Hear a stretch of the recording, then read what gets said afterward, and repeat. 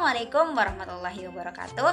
Halo teman-teman semua, perkenalkan saya Yesi Pranata dengan NIM 22104020053. Nah, di sini saya akan menjelaskan mengenai bahasa Indonesia sebagai pemersatu bangsa.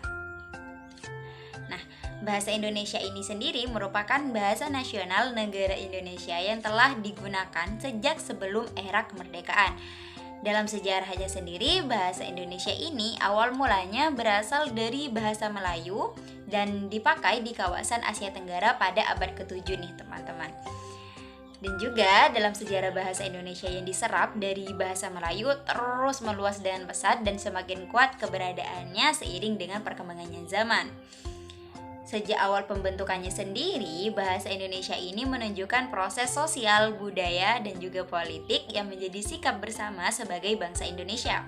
Karena itu, bahasa Indonesia ini juga dapat dianggap sebagai cerminan sikap kebangsaan untuk memajukan Bhinneka Tunggal Ika. Nah, selain itu juga ada beberapa fungsi bahasa Indonesia nih teman-teman, yaitu diantaranya fungsi pertama bahasa Indonesia ini adalah sebagai lambang kebanggaan dan lambang harga diri bangsa Indonesia. Bahasa Indonesia ini mencerminkan nilai-nilai sosial budaya, nilai-nilai harga diri dan martabat bangsa, dan juga sebagai falsafah hidup yang menempatkan bangsa Indonesia dalam kedudukan yang sama dan sederajat dengan bangsa-bangsa lain yang ada di dunia. Kemudian yang kedua, dari segi fungsi bahasa Indonesia sebagai lambang jati diri bangsa yang akan menampakkan ciri khas sekaligus membedakan bangsa Indonesia dari bangsa-bangsa lain di dunia. Nah, kedua fungsi ini erat hubungannya dengan peningkatan fungsi yang ketiga nih teman-teman dari bahasa Indonesia, yakni sebagai sarana pemersatu bangsa.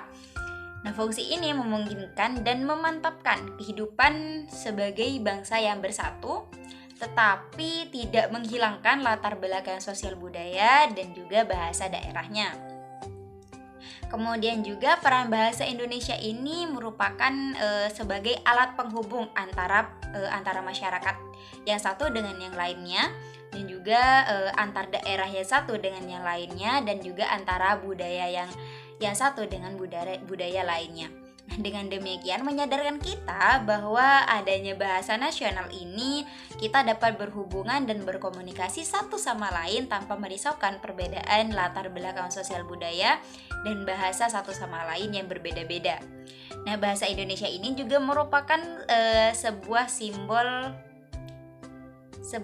penyatuan berbagai suku bangsa dengan latar belakang sosial budaya dan bahasa yang berbeda-beda di Indonesia. Hal ini juga menyadarkan kita akan keberadaan berbagai suku bangsa di Indonesia yang dapat menggapai keserasian hidup sebagai bangsa Indonesia yang satu tanpa meninggalkan identitas kesukuan terhadap nilai-nilai sosial budaya dan juga latar belakang bahasa daerahnya masing-masing. Baik, sepertinya itu saja yang dapat saya sampaikan. Selebihnya saya mohon maaf dan sampai jumpa di pertemuan selanjutnya. Terima kasih. Assalamualaikum warahmatullahi wabarakatuh.